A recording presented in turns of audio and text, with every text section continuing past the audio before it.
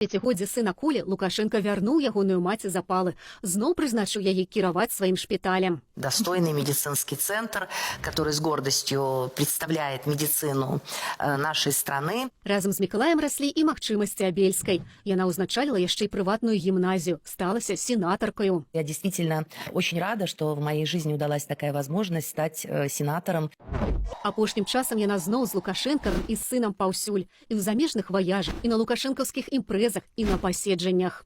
Какой там у меня, аденовирус или что там было? Ну да, аденовирус.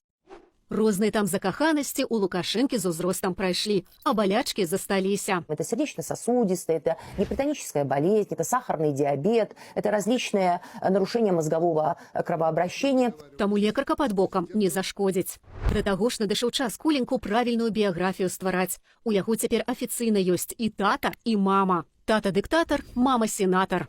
Мы живем в прекрасной стране, и нам есть чем гордиться, нам есть для чего и для кого работать.